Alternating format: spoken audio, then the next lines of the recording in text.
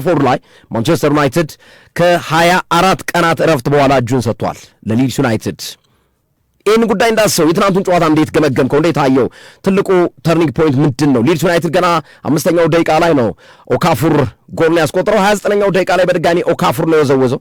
ኢቭን በእነዚህ ሁኔታዎች እያለ ሶስተኛ ጎል ሁሉ የመድገም እድል ቻንስ ነበራቸው። አንድ ብቻ አይደለም 2-3 እድሎችን ሊድስ ዩናይትድ ትናንት ባለሜዳ ሁሉ ይመስል ነበር። በዛ ላይ ኦፕን ፕሌይ ነው፣ ጎል አስቆጥሮ እየመራ እንኳን የማይከላከል ቡድን ነው። በቀጥታ ነው የሚያጠቃው ሊድስ ዩናይትድ።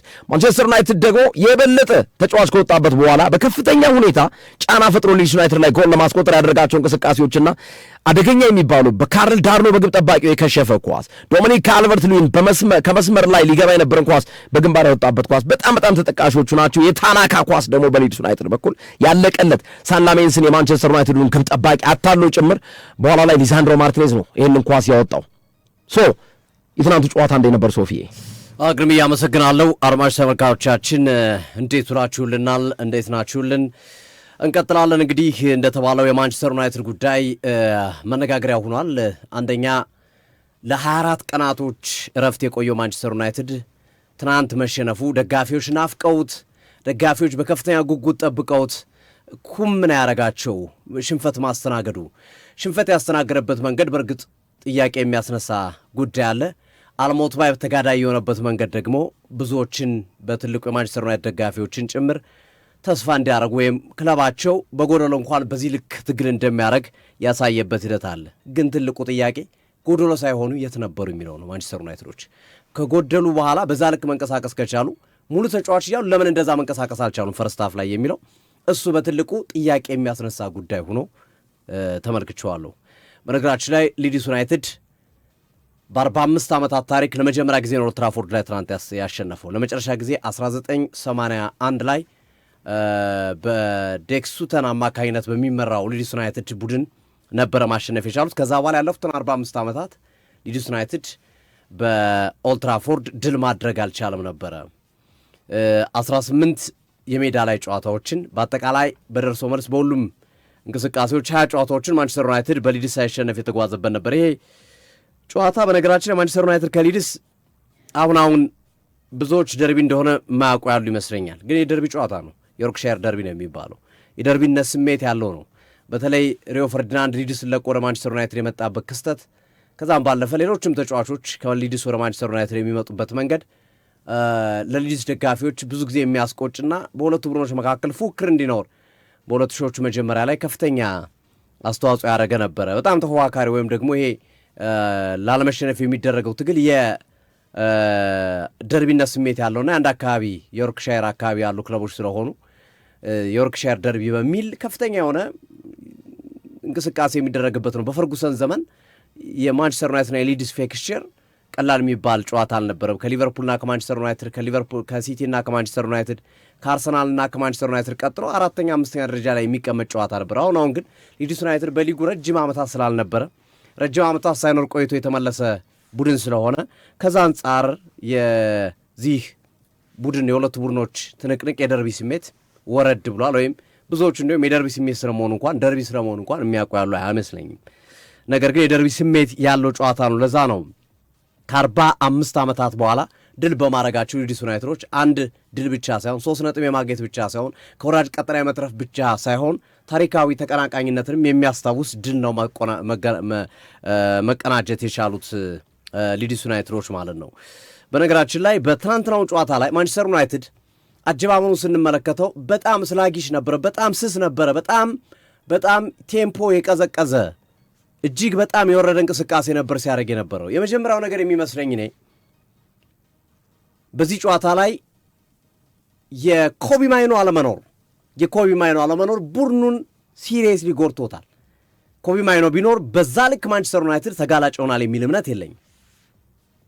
ሊኖር ይችላል መጠቃቱ፣ ጫና ሊኖር ይችላል። ግን መለከትነው ነገር የተፍረከረከ እጅግ የወረደ እያንዳንዷ እንቅስቃሴያቸው ቅብብላቸውን በአግባቡ መቀባበል የማይችሉ ተጫዋቾችን ተመልክተናል። ናስር ማዝራዊ፣ ሌኒየሮ ኳስ ለጓደኞቻቸው ማቀበል አቅቷቸው ነበረ። ኢቭን ካዝሜሮ ታናካኮ ከካዝሜሮ ግርስር ነጥቆ እኮ ነው የገባው እኮ ኳሱን እኮ ጎሉ ባይቆጠሩም ዕድሜ ለአሌሳንድሮ ማርቲኔዝ ቢያተርፋቸው።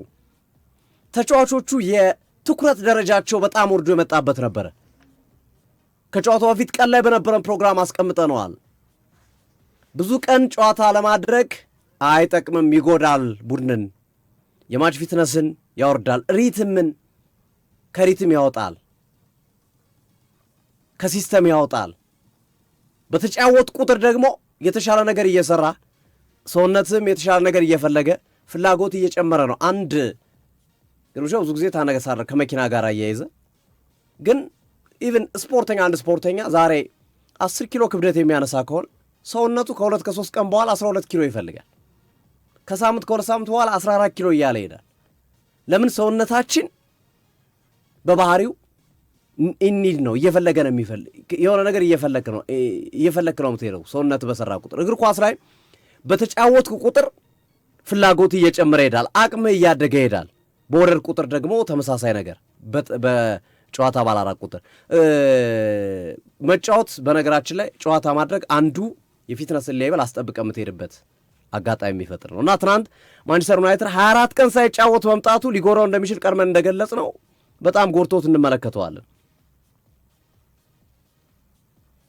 ስለዚህ ይሄ በትልቁ የሚነሳ ጉዳይ የልዩነቱ መሰረት ይሄ ነው ብዬ አስባለሁ። አንዱ ማንቸስተር ዩናይትድ ረጅም ጊዜ ሳይጫወት ሊድስም እኮ አልተጫወተም ሊድስ። ነገር ግን ሊድስ የኤፍኤ ካፕ ጨዋታ ከሳምንት በፊት አድርጓል። ያውም በጣም አድካሚ ጨዋታ 130 ደቂቃ የቀጠለ 120 ደቂቃ የቀጠለ ከዛም ፔናልቲ የነበረበት ጨዋታ ሁሉም ተጫዋቾች የተሳተፉበት ኮምፒቴሽኑ ላቅ ያለ ጨዋታ አድርጎ ነው የመጣው ሊድስ ዩናይትድ። በፕሪሚየር ሊጉ አልተጫወተም፣ በኤፍኤ ካፕ ግን ተጫውቶ መጥቷል። እሱ በትልቁ የጠቀማቸው ይመስለኛል እና አንዱ ለቡድኑ ያቅም መውረድ እንቅስቃሴ መውረድ በትልቁ የምናነሳው ጨዋታ ሳያረግ መቅረቱ ነው። ግን በዋነኝነት የተወሰኑ ተጫዋቾች ደግሞ በጣም ወርዶ ተመልክቻቸዋለሁ።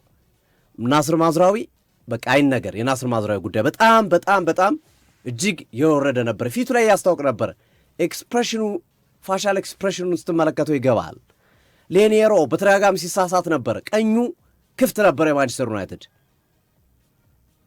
ማኑኤል ኡጋርቴ ኳስ ማደራጀት ተስኖት ነበር። የታወቀ ነው ማኑኤል ኡጋርቴ። በመጀመሪያ ቋሚ 11 አሰላለፍ ላይ ማይክል ካሪክ ስህተት ሰርተዋል። ኡጋርቴን ይዘው መግባት አልነበረባቸው። ለምን ሜሰን ማውንትን 90 ደቂቃ ሙሉ አላጫወቱትም? ለምን እንደሆነ አልገባኝም። በኋላ ላይ ወይ የቀይ ካርዱ ኢፌክት ያመጣው ይመስለኛል ወደ መጨረሻ ደቂቃ ላይ ያስገቡት በተቻሉበት ምክንያት። ግን ሰከንድ አፍ ላይ ኡጋርቴን አስወጥቶ ሜሰን ማውንትን ማስገባት የሚችሉበት እድል ነበረ ማይክል ካሪክ። ያንን አላረጉም። ኢቭን ናስር ማዝራዊ ኡጋርቴ ሰከንድ አፍ ላይ በፍጹም መመለስ ያልነበረባቸው ተጫዋቾች ነበሩ። ግን ማይክል ካሪክ ሰከንድ አፍ ላይ ምንድን ነው ያደረጉት? ተጫዋቾቻቸውን የሳይኮሎጂካል የስነ ልቦና ስራ የሰሩ ይመስለኛል። የሳይኮሎጂ ስራ የሰሩ ይመስለኛል። የስነ ልቦና የማነቃቃት ስራ። ኡጋርቴ ሰከንድ አፍ ላይ በንጽጽር ትንሽ ከፍ ብሎ መጥቷል። ማዝራዊ የለም። ግን ሌሎቹ ተጫዋቾች አቅማቸውን ጨምረዋል። ማቲያስ ኩኛ በሁለተኛው አጋማሽ በደንብ ተሻሽሎ ነው የመጣው።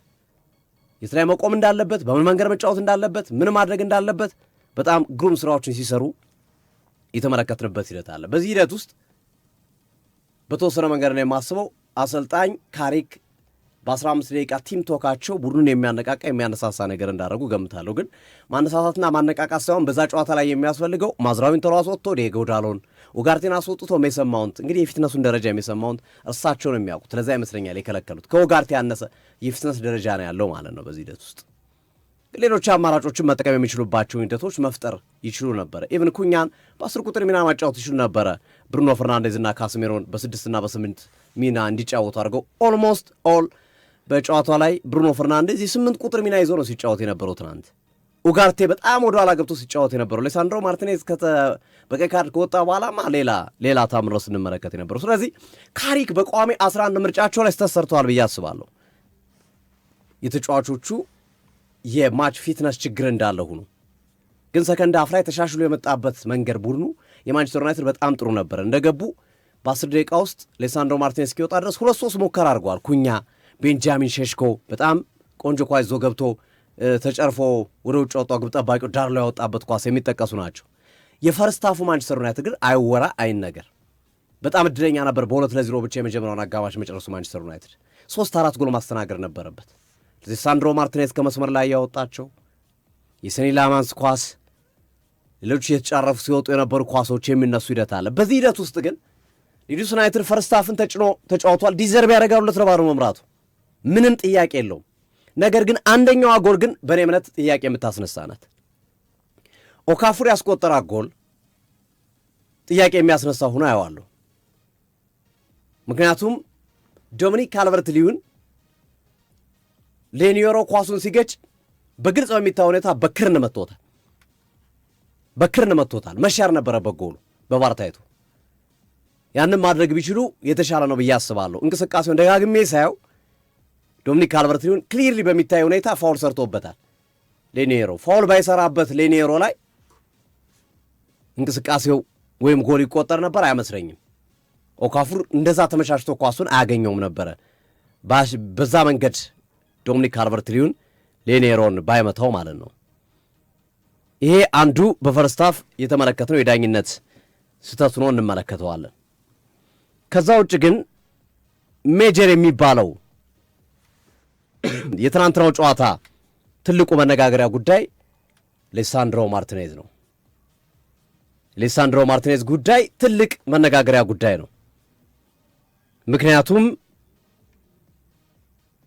የዚህ ተጫዋች መውጣት የማንቸስተር ዩናይትድን 11-11 ሊፎካከሩ የሚችሉበት ሂደት ጫና ውስጥ ቀጥተዋል። በነገራችን ላይ ማንቸስተር ዩናይትድ እንዲሁም ማርቲኔዝ ከወጣ በኋላ ነው ይበልጥ የተሻሻሉ። ምናልባት ማርቲኔዝ ቢኖር ይበልጥ ደግሞ ጥሩ ሊሆን ይችል ነበር። ሰከንድ ሃፍ እየተሻሻለ እየመጣ ከመሆኑ ጋር ተያይዞ በቁጥር ባይ ጎል ያስቆጠረው እኮ ማርቲኔዝ ከወጣ በኋላ ነው። የካዝሜሮ ጎል የተቆጠረችው እኮ ማርቲኔዝ በቀይ ካርድ ከወጣ በኋላ ነው። ይሄ ቀይ ካርድ በትልቁ ጥያቄ የሚያስነሳ ሆኖ የምንመለከተው መጀመሪያ ማን ነው ጥፋት የሰራው የሚለው ነው ነጥቡ። ሌሳንድሮ ማርቲኔዝ በቀይ ካርድ ከመውጣቱ በፊት ማን ጥፋት ሰራ? ዶሚኒክ ካልቨርት-ሊዩን በግልጽ በሚታይ ሁኔታ በእጁ ሌሳንድሮ ማርቲኔዝን ይመተዋል። ሌሳንድሮ ማርቲኔዝ ኳስ ከገጨ በኋላ ሚዛኑን ለመጠበቅ ጥረት ሲያደርግ ያገኘው የዶሚኒክ ካልቨርት-ሊዩንን ጸጉር ነው። ጎትቶታል። አዎ። መጎተት ቀይ ካርድ ያሰጣል። አዎ። ታዲያ ምንድን ነው ክርክሩ? ክርክሩማ ሌሳንድሮ ማርቲኔዝ ጥፋት ከመስራቱ በፊት መጀመሪያ ዶሚኒክ ካልቨርት-ሊዩን ጥፋት ሰርተዋል። ስለዚህ የመጀመሪያው ጥፋት መታየት ነበረበት። ዳኛው ፖልቴርኒ የቫር ዳኞቹ የተመለከቱት ሁለተኛውን ጥፋት ነው የሚል መከራከሪያ ነው። ምክንያታዊ ነው። ግን ማይክል ካሪክ ነው የሚያንሰው ባይዘው ዋነኛው መንደርደሪያ አንስቷል። አይ ማይክል ካሪክ ከጨዋታው በኋላ የተናገረው ሾኪንግ በህይወቴ እንደዚህ አይነት ቀይ ካርድ አይቼ አላውቅም ብሎ ከተናገረ በኋላ ዋነኛ ያቀረበው ነገር ምንድነው የሊቻን ትከሻ አካባቢ ወደ አንገቱ አካባቢ ማጅራቱን ቀድሞ የመታው ዶሚኒክ ካልቨርት-ሊዩን ነው የሚለው ነው መነሻ የሆናቸው ለነ ሪዮ ፈርዲናንድ ማለት ነው። በትክክል ግርምዬ፣ እንዲህ አይነት ክስተቶች በእንግሊዝ እግር ኳስ ውስጥ ተከስተው ያውቃሉ? አዎ። የመጀመሪያው ክስተት የተከሰተው ጸጉር ጉተታ በእንግሊዝ እግር ኳስ የተመለከትነው የመጀመሪያው የጸጉር ጉተታ የተፈጠረው ዲሴምበር 2020 ነው። የማርክ ኩኮያን ጸጉር የቶተናሙ ክርስቲያን ሮሜሮ የጎተተበት በግልጽ በሚታይ ሁኔታ ቀይ ካርድ አልተሰጠም። የዳኛው የጨዋታው ዋና ዳኛ አንቶኒ ታይለር፣ የቫር ዳኛ ማይክ ዲን ነበሩ። ቀይ ካርድ አልተሰጠም በዛ ጨዋታ ላይ ቀይ ካርድ ሳይሆን የተሰጠው በዝምታ ነው የታለፈው። ነገር ግን ከጨዋታው በኋላ የዳኞች ኮሚቴ ተሰብስቦ ከተቀመጠ በኋላ አንቶኒ ታይለርን በተግጻስ አልፏቸዋል፣ ቀይ ካርድ መስጠት ነበረባችሁ ብሎ ከዚህ በኋላ በሚከሰቱ እንደዚህ አይነት ጸጉር የመጎተት እንቅስቃሴዎች ላይ ዳኞች ትዕግስት እንዳያረጉ ቀይ ካርድ እንዲሰጡ ሲሪየስ የሆነ መልእክት ተላልፏል ዲሴምበር 2022 ላይ። ከዛስ ኤቨርተን ከወልቭስ በነበረ ጨዋታ ላይ ማይክል ኪን የግዙፉን የወልቭስ አጥቂ የአርካዶሬን ጸጉር ጎተተው። የጨዋታው ዋና ዳኛ የነበሩት እንደዚህም የቫር ዳኛው ጆን ብሩክስ ከተመለከቱ በኋላ ቀይ ካርድ ሰጡ። የመጀመሪያው ታልፏል እንዳልኩ ኩኮያ ሮሜሮ ጸጉሩን ጎትቶት። ከዛ በኋላ ግን የእንግሊዝ እግር ኳስ ማህበር ሲሪየስ የሆነ መልእክት አስተላልፏል። ጸጉር ጉተታ በፍጹም እንዳታርፉ፣ ቀይ ካርድ ነው። ተብሎ መልእክት ተስተላልፏል። በዓለም ላይም ግልጽ ነው ጸጉር መጎተት። እንዲሁም ትናንት ያነሳን ነበር፣ በአብዛኛው በሴቶች እግር ኳስ ውስጥ ያለ ነው። ሴቶች እግር ኳስ ላይ በፍጹም ትዕግስት አያደርጉበትም። ጸጉር መጎተትን ቀይ ካርድ ነው የሚያሳዩት። ስለዚህ እዚህ ላይም የተከሰተው ነገር ይሄ ነው። አሁን ታዲያ ምንድን ነው መከራከሪያው ነጥብ? ዴቪድ ሞይስ እንደውም የተናገሩት ነገር አስታውሷለሁ እና ጸጉራቸውን እያሳደጉ እየመጡ ሆን ብለው እንዲያዙ የሚያደርጉ ተጫዋቾችን ህጉ ምንድን ነው የሚቀጣልን ብለዋል። ሆን ብለው እንዲያዝ መነሻ ማለት ጸጉራቸውን አሳድገው ለሚመጡት መመሪያ አይተላለፍም ወይ? ልክ ቀለበት እንደምናወጣው ሀብል ተጫዋቾች ወደ ሜዳ ሲገቡ እንደሚያወጡት ጸጉርም ለምንድን ነው በትክክል በአግባቡ እግር ኳስ ተጫዋቾች ተቆርጦ የማይገባ ብለው ዴቪድ ሞይስም ሀሳብ አንስተዋል። ከዚች ቀይ ካርድ በኋላ ከኪን ቀይ ካርድ በኋላ ማለት ነው። አዎ አከራካሪ ነው እንግዲህ ነገሩ። አሁን የሌሳንድሮ ማርቲኔዝ ተንኮል ነው ለማለት ይከብዳል። ምክንያቱም እንዲህ ሲመታው ኳሱን ገጨና ለማረፍ ሲሞክር ወደ ማረፍ ሲወርድ ያለው አማራጭ ለመውረድ ሆን የምትደገፈው መደገፍ አለብህ። ስትቆም አጓጉል አቋቋም እንዳትቆም ጉዳት እንዳታስተናግድ ወይም እንዳትወርቅና እንዲህ ነካ ማድረግ ሚዛን ለመጠበቅ የሚመስል ነገር ነው። ደግሞ በሆነ አቅጣጫ ስታየው ደግሞ ተንኮልም ያላት ትመስላለች። እንደ ተንኮልም ብሎ ይሆናል አይደል ማንም አያየኝም አይነት ነገር ብሎ እንዲህ ያረጋት ነገር ይመስላል። ግን ሞሮለስ እኔ የሚመስል ሚዛኑን ለመጠበቅ የኔ እይታ ነው። ጸጉሩ እጅ ውስጥ ድንገት ገብቶ ሌሎች ሌላ በቃ አሁን የሆነ ከአየር ላይ የወደቀው ስትጋፋ ምናምን ኳስ ላይ ብዙ ጊዜ ይከሰትባል እና የሆነ ያለውን አማራጭ ነው የምትይዘው። ማሊያ ከቻልክ ማሊያ የሆነ ላለመውደቅ ማለት ነው። ምክንያቱም ያኛው ሰውዬ በጥሩ አቋም ላይ ስላለ ማሊያውን ብትይዘው ምኑን ብትይዘው አንተ ቢያንስ ከሚደርስብህ አደጋ ስለምትቆጠም ሚዛን ኳሱን ገጭቶታል እኮ ኳሱን እኮ አግኝቶታል። ኳሱን ያገኘው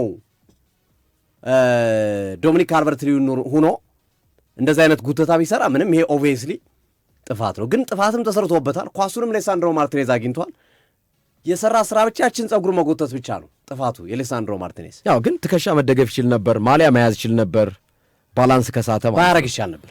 ምክንያቱም ሲሪየስነቱን አልተረዳም። የዶሚኒክ ካልቨርት-ሊዊን ጸጉር ደግሞ በቀጭኑ ወደ ታች የወረደች ነገር ናትና ከእሷ ይልቅ ትከሻው በደንብ ለመደገፍ ይመቻል ወይ ማሊያውን ለመያዝ ይመቻል እና ያችን ቀጭኗን ጸጉር ሳብ አድርጎ ለቀቅ ማድረጉ ደግሞ አሁን እሷ ነገር ነች እኮ። ለምሳሌ አሁን ድንገተኛ ስትሆን ይዘህ የሆነ ነገር ባላንስን የሚያሳጣ ከሆነ ያስከውን ይዘህ ነው የምትወድቀው። ይችኛዋ ግን ሳብ አድርጎ ለቀቅ ነው ያደረጋት። ባይደው በቫር ነው ሳፖርት የተደረጉት። በቫር አልፈውት ነበር። በነገራችን ላይ ግርምዬ ዶሚኒክ ካልቨርት-ሊዊን ከጨዋታው በኋላ ተናገሩ። እኔ ነኝ የነገርኳቸው ብሏል። ዳኛው አልፈውት ነበር። እኔ ሄጄ ጸጉሬ ተጎትቷል ቫር ቼክ አድርጉልኝ በኋላ ላይ አከራካሪ እንዳይሆን ብዬ ከነገርኳቸው በኋላ በማይክ ተነጋግረው ነው ባክ አድርገው አይተውት ቆይቷል እኮ ጨዋታው እኮ አይደል እንዴ? ተወሰነ ደቂቃ እኮ የተወሰነ እኮ ተጫውተዋል እኮ። ግን ታስታውስ ከሆነ ልክ ይሄ ኢንሲደንት ሲፈጠር ይሄ ነገር ጥፋት ነው እያለን ነበር እኛ ራሱ ኳስ ግርምሽ ነው። አይኔ በጣም ነው የገረመኝ። እኔ አልታየኝም ነበር። አንተ ግን ይሄ ነገር ጥፋት ነው ይሄ ነገር ጥፋት ነው እያልክ ነበር። ግን አለፈ ጨዋታው ረጅም ደቂቃ ቆይቷል እኮ። እኔ ነኝ የነገርኳቸው። ከዛ በኋላ ሪዋይንድ አድርገው የቫር ዳኞች አዩና ቢታይ ይሻላል የሚል ምልክት ሰጧቸው ለዳኛው። ሂደው አዩት፣ ቀይ ካርድ የሰጡበት ሂደት አለ። በርካታ አስተያየቶች ተሰጥተዋል ከዚህ ጋር በተያዘ አንደኛው ራሳቸው ማይክል ካሪ ቅድም እንዳነሳው አስቀያሚ ቀይ ካርድ በህይወቴ ከተመለከትኳቸው ቀይ ካርዶች። ዳኛ በዚህ በተከታታይ ሁለት ጨዋታ ሁለቴን የበደለም በበርማውዝ ጨዋታ በዛሬው ጨዋታ ላይ ለሃሪ ማጉዌር ቀይ ካርድ ልክ አልነበረም፣ አሁንም የማርቲኔዝ ቀይ ካርድ ልክ አይደለም የሚል አስተያየቱን ያስቀመጠበትን ሂደት እንመለከታለን። ሪዮ ፈርዲናንድ ቀልድ ነው ያለው። የትኛው ነው ቫዮለንት ኮንዳክት? የትኛው ነው መጥፎ ድርጊት? በእጅ መንጋጭላ እስኪላቀቅ መምታት ነው ወይስ ጸጉር ጥቂት ንክኪ ማድረግ ነው? የትኛው ነው ትልቁ ጥፋት ቫዮሌት ኮንዳክት ሊባል የሚችለው የሚል መከላከሪያውን ያስቀምጣል። ሌሎችም ሀሳባቸውን ሰጥተዋል። ብሩኖ ፈርናንዴዝ ለምሳሌ ያው ብንናገር እናልቃለን፣ ዝም ማለት ነው የሚሻለው፣ የዳኝነቱን ጉዳይ እንደተመለከታችሁት ነው የሚል አስተያየቱን ያስቀመጠበትን ሂደት እንመለከታለን። ስለዚህ ማንቸስተር ዩናይትድ ምን አረገ? ማንቸስተር ዩናይትድ ዛሬ አፒል እንደሚጠይቅ ወይም ደግሞ ይግባኝ እንደሚጠይቅ አሳውቋል። በነገራችን ላይ የሌሳንድሮ ማርቲኔዝ ጥፋት ቀይ ካርዱ የተሰጠበት ሴንስ አደገኛ ጨዋታ በመጫወት በሚል ስለሆነ አደገኛ ጨዋታ መጫወት 3 ጨዋታ ነው የሚያስቀጣው። 3 ጨዋታ ያስቀጣዋል። ይሄም ማለት ቀጣይ ወሳኝ ጨዋታዎች በቀጥታ ለአውሮፓ እግር ኳስ እየተፎካከሩ የሚገኙ ቡድኖችን በቀጥታ የሚያገኝበት ነው ማንቸስተር ዩናይትድ። ቼልሲን፣ ብሬንፎርድና ሊቨርፑልን ነው የሚያገኘው በተከታታይ። ቼልሲና ሊቨርፑል ኦብቪየስሊ ለአውሮፓ ሻምፒዮንስ ሊግ እየተፎካከሩ ያሉ ቡድኖች ናቸው። ብሬንፎርድ መጣው ደረስኩ እያለ ነው 47 ነጥብ ይዞ ለአውሮፓ እግር ኳስ ለአውሮፓ ሊግም ለኮንፈረንስ ሊግም ለሻምፒዮንስ ሊግም ከቻለ ካሉት 7 ጨዋታዎች አንጻር።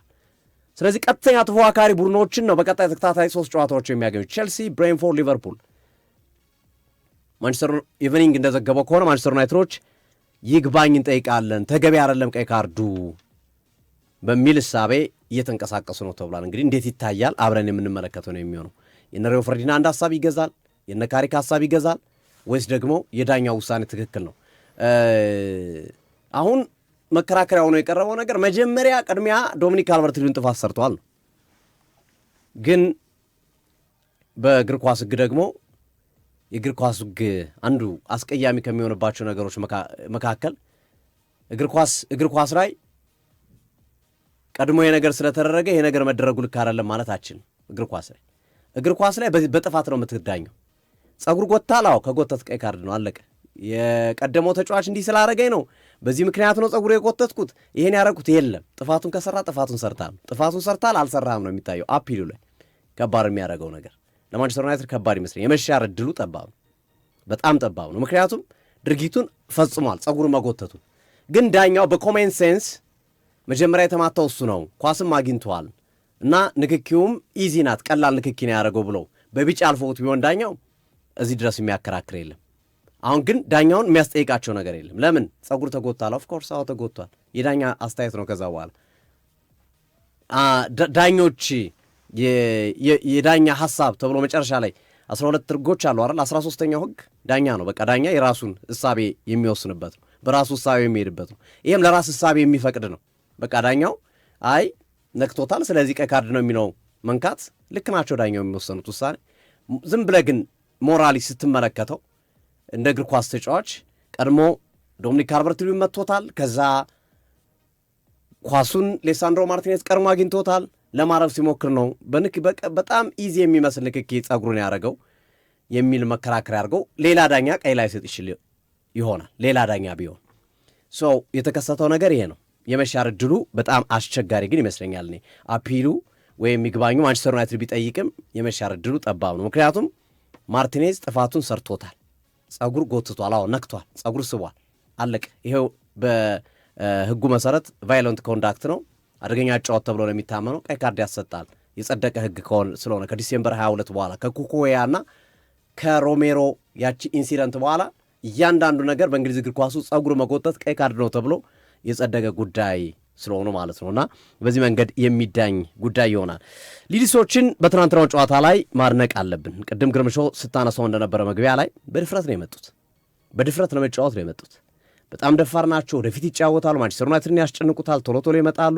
ኖሆ ካፉር በጣም የተለየ ነበር። ታናካ ይደንቅ ነበር። የፍርስት ሃፍ የታናካ እንቅስቃሴ እንዲሁም ሁለተኛው አጋማሽ ማንቸስተር ዩናይትድ እንዲነቃቃ ያደረገው ታናካ ሰከንድ ሃፍ ላይ ወርዶ ነበር። እንዲሁም ተጎድቶ ወጣ በኋላ ላይ ጨዋታውን መቋቋም አቅቶት ማለት ነው። ምክንያቱም ብዙ ኢነርጂ ስላወጣ ታናካ ከባድ ችግር ውስጥ የገባበት ሂደት ሆኖ እንመለከተዋለን። ማይክል ካሪክ በ11 የማንቸስተር ዩናይትድ አሰልጣኝነት ቆይታቸው 11 ጨዋታዎችን አድርገው ሁለተኛ ሽንፈት አስተናግደዋል። በኦልትራፎርድ የመጀመሪያ ሽንፈታቸውን ያስተናገዱበት ሂደት ተመልክተናል። የመጀመሪያ ሽንፈታቸው ነው በኦልትራፎርድ ለማይክል ካሪክ የትናንትናው ሽንፈት።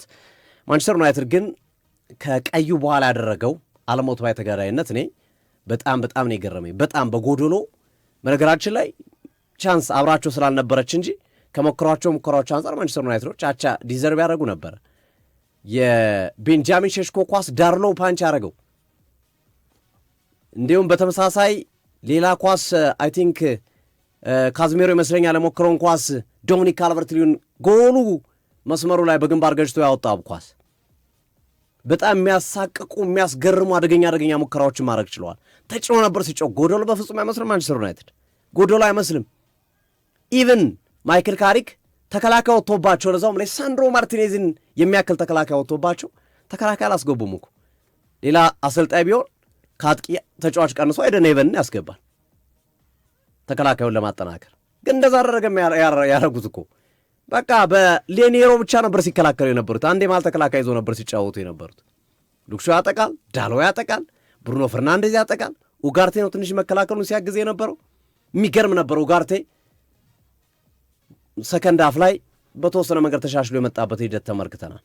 በዛ ሂደት ሱማልና ይሄንን ለማንቸስተር ዩናይትድ እውቅና መስጠት አለብን። ሰከንድ አፍ ላይ በቀይ ካርድ ወጥቶባቸው ሰከንድ አፉ እንዳለ ፐርፎርማንሳቸው ምርጥ ነው። ከዛ ባለፈ ደግሞ ከቀይ ካርዱ በኋላ በጎደሎ ያሳዩት ፐርፎርማንስ ደግሞ እጅግ የተለየ ሆኖ እንመለከተዋለን። በዚህ አጋጣሚ ግን ያው ሽንፈት ነው ግርምዬ፣ ሽንፈት የሚያስጠላ ነገር። ጥሩም ተጫወትክ፣ ታገልክም፣ ብዙ ሙከራ አረክም፣ ብዙ ፖሰስ አረክም፣ ከተሸነፍክ ተሸነፍክ ነው። ታሪክ የሚያወራል እሱም። አትሸነፍ፣ በምንም ብላ አትሸነፍ ብቻ። አሸናፊ ስትሆን ደግሞ በምንም ጥሩ ነገር ነው የሚወራል። ስትሸነፍ ደግሞ በግራም በቀኝ ወሰርከው ድክመት ነው የሚነሳል። በትናንትናው ሽንፈት ውስጥ ግን አንድ የተረሳ ትልቅ ነገር አለ። ብሩኖ ፈርናንዴዝ በጣም የተለየ ነበረ ትናንት። በጨለማ ውስጥ ብቻውን እንደ ሻማ እየቀለጠ የሚያበራ ተጫዋች ነው የተጫዋች። ትናንትም አሲስት አድርጓል የተጫዋች። በነገራችን ላይ በውድድር ዓመቱ 25 ጎልና አሲስት ደርሷል። 17 አሲስት 8 ጎል። በቃ ይሄ ሪል የሆነ የተደራቢ አጥቂ የአታኝ ሚድፊልደር መገለጫ ቁጥር 1 ባህሪ ነው ማለት ይቻላል። አሁን ላይ ካሉ የዓለማችን ምርጥ አታኪ ሚድፊልደሮች ብሩኖ ፈርናንዴዝን የሚስተካከለው ያለ አይመስለኝም። አሁን ላይ ባለው ፐርፎርማንስ 25 ጎልና አሲስት ለማንቸስተር ዩናይትድ፣ ለዛውም ዩሮፓ ሊግ ሳይጫወት ሻምፒዮንስ ሊግ ሳይጫወት ኤፍኤ ካፕ ወጥቷል በጊዜ፣ ሊግ ካፕ በጊዜ ነው የወጡት። በፕሪሚየር ሊጉ ብቻ ነው ውጤት እያስመዘገበ ያለው። የሚገርም ውጤት ነው፣ የሚገርም ተጫዋች ነውና ውጤቱ ብሩኖ ፈርናንዴዝን አደበዘዘብን። ብሩኖ ፈርናንዴዝ እንዳናደንቀው አደረገ እንጂ ትናንታውን ድል ቢያደርጉ ዛሬ ፕሮግራማችን ብሩኖ ፈርናንዴዝ ላይ ሊሆን ይችላል ብዬ ነው የማስበውና አንዳንድ ሽንፈቶች እንደጠቀስኩልህ ግርምዬ ጠንካራውን ነገር እንኳን የመሸፈን አቅም አላቸው። ያሁን ትልቅ ነገር ነው፣ በጣም ትልቅ ነገር ነው። የብሩኖ ፈርናንዴዝ ቁጥር ግን ብዙ እንዲወራለት አላደረገም። ለምን? ሽንፈት ማንቸስተር ዩናይትድ አስተናግዷልና።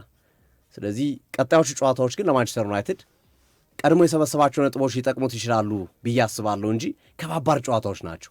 በንጽጽር ይሄኛው ጨዋታ ላይ 3 ነጥብ ያሳካል ብዬ ጠብቄ ነበር ቀጣይ ካሉት ጨዋታዎች አንጻርና ኦልሬዲ አስተማማኝ ስለሚያደርገው ሌሎቹን ጨዋታዎች በነፃነትና በኮንፊደንስ ይጫወታል የሚል እምነት ነበር። አሁን ግን በተወሰነ መንገድም ቢሆን ስጋት፣ ትንሽዬ ስጋት። በእርግጥ አሁንም የማንቸስተር ዩናይትድ ያለበት ፖዚሽን 3ኛ ደረጃ ነው፣ 55 ነጥብ አለው።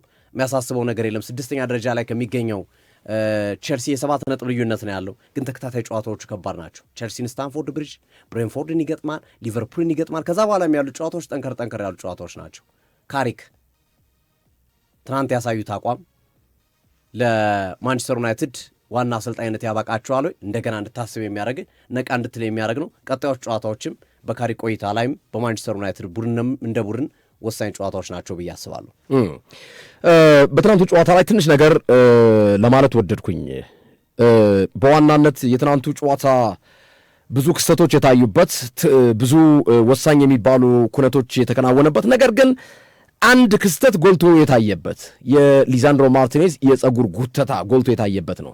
እኔ ባይዘወይ ለትናንቱ የማንቸስተር ዩናይትድ ሽንፈት ይህንን ነጥብ እንደ ነጥብ አላነሳውም።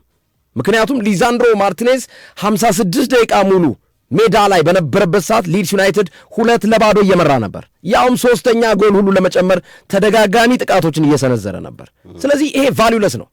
የሊዛንድሮ ማርቲኔዝ ፀጉር መጎተት ወይ በቀይ ካርድ መውጣት ለማንቸስተር ዩናይትድ እንደ ሽንፈት ይቆጠራል ብዬ አላምንም። ምክንያቱም ሊዛንድሮ ማርቲኔዝ ባለበትና 11-11 በሆኑበት ሰዓት ላይ ሊድስ ዩናይትድ 2-0 እየመራ ነበር። እንደውም የሊዛንድሮ ማርቲኔዝ መውጣት ለማንቸስተር ዩናይትድ የልብ እንዲሰማውና ከፍተኛ አቅም እንዲያወጣ የተሻለው ማንቸስተር ዩናይትድ ሜዳ ላይ እንዲታይ ያደረገበትን ክስተት እንዲፈጥር አድርጓል። ሊዛንድሮ ማርቲኔዝ ፀጉር ጎትቷል። አዎ ፀጉር ጎትቷል። በግልጽ ሎቭስ ኦፍ ዘ ጌም ወይም በጨዋታ ሕግ መሰረት ፀጉር መጎተት ተብሎ በግልጽ የተቀመጠ አንቀጽ የለም።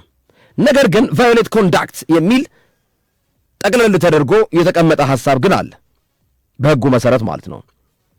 የመጀመሪያው በዚህ ከፀጉር ጉተታ ጋር ሰለባ የሆነው ቀደም ሲል ሶፊ እንዳለው የኤቨርተኑ ማይክል ኪን ነው ከወልቭዝ ጋር 1-1 በተለያዩበት ጨዋታ አራኮዳሬ ላይ ፀጉር ጎትቶ በቀይ ካርድ የወጣው።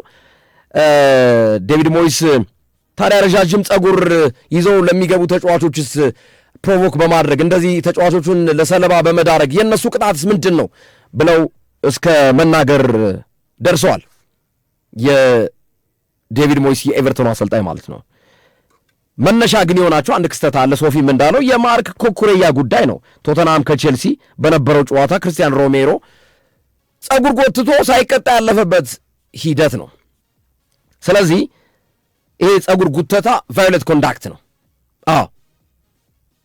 ሊዛንድሮ ማርቲኔዝ ጎትቷል። ጎትቷል። በየትኛውም መካኒዝም በየትኛውም ሂደት ብናስረዳው ተቀባይነት የለውም። አንዴ በይፋ ተወስኗል። እንደ ቫዮሌት ኮንዳክት ጸጉር መጎተት፣ የተቃራኒ ቡድን ተጫዋች ጸጉር መጎተት ቀይ ካርድ ያሰጣል፣ 3 ጨዋታ ያስቀጣል ተብሎ በግልጽ ተቀምጧል። ከኩኩሬያ ቅጣት በኋላ ከኩኩሬያ ጸጉር ጉተታ በኋላ ክርስቲያን ሮሜሮ ሳይቀጣ ከታለፈበት ሂደት በኋላ ማለት ነው። ከዚህ አንጻር በዚህ መዳኘት አለበት ብዬ አስባለሁ። ዶሚኒክ ካልቨርት ሉዊን ዘሏል። በቫር ማይተውታል እኮ ዳኛው እኮ። ነገር ግን እሺ ጥፋተኛ ዶሚኒክ ካልቨርት ሉዊን ቀድሞ ጥፋት ሰራ ብንል እንኳን የዶሚኒክ ካልቨርት ሉዊን ለቀይ ካርድ ሰለባ ያደርገዋል? አያደርገውም። ቢጫ ካርድ ነው የሚያሰጠው እንደዚህ አይነት ጥፋቶች። የሊዛንድሮ ማርቲኔዝ ጸጉር ጎትቷል፣ ቀይ ካርድ ነው። ዶሚኒክ ካልቨርት ሉዊን ቀድሞ ጥፋት ስለሰራ ጸጉር የጎተተው ሰውዬ ሊሻርለት ይገባል። እንደዚህ አይነት ካልኩሌሽን አይሰራም፣ እንደዚህ አይነት ሂደት አይሰራም። ምክንያቱም ቃል በቃል ተቀምጧል። ጸጉር የጎተተ ቀይ ካርድ ያህል ተብሎ ተቀምጧል። በቃ አለቀ። ጸጉር ጎትቷል በየትኛውም መንገድ ማለት ነው። ግን እኔ ዋናው ጥያቄ ሊዛንድሮ ማርቲኔዝ ሜዳ ውስጥ ባለበት እንቅስቃሴ 11 ለ11 በሆኑበት ሂደት ውስጥ ሊድስ ዩናይትድ ማንቸስተር ዩናይትድን 2-0 እየመራው ነበር። እንደውም 3ኛና 4ኛ ጎል ኮን ያመከኑት የታናካኮ ኦልሞስት ያለቀ ኳስ ነው። ለኦካፎር ቢሰጠው እኮ ሃትሪክ የሚሰራበት እንቅስቃሴ ነበረው። ግብ ጠባቂው ሳላሜንስን አታሎ እንደገና ንክኪው ልክ ስላልነበረ ነው ሊዛንድሮ ማርቲኔዝ መጥቶ ኳሷን ያወጣት። ማንቸስተር ዩናይትድ አደገኛ ኳሶችን የሞከረው መቼ ነው? ሊዛንድሮ ማርቲኔዝ በቀይ ካርድ ከወጣ በኋላ። በትናንቱ የማንቸስተር ዩናይትድ ጨዋታ 2 ዋነኛ ምክንያቶች ለማንቸስተር ዩናይትድ ድክመቶች ናቸው ብዬ አስባለሁ። በሳይንሱ ዶሮ ዘሯን ለመተካት 21 ቀን ይፈጅባታል። እንቁላል ለመፈልፈል ከእንቁላልነት ወደ ጫጩትነት ለመቀየር 21 ቀን ነው የሚፈጀው ዘሯን ለመተካት ዶሮ። ማንቸስተር ዩናይትድ ግን ውጤት ለማምጣት 24 ቀን ከዶሮ በ3 ቀን በልጦ ማሳካት አልቻለም። ምክንያቱም ለዶሮ 21 ቀን መቆየት ውጤታማ ያደርጋል። ጫጩቷን የታቀፈችውን ጫጩት ወደ ልጅነት የሚቀየርበት ሂደት ነው። ለማንቸስተር ዩናይትድ ግን መቆየት ወይም ለእግር ኳስ አንድ ቡድን መቆየት ግን ውጤት ማጣት መሆኑ የታየበት የትናንቱ ምስክር ነው። 24 ቀን ነው የቆዩት።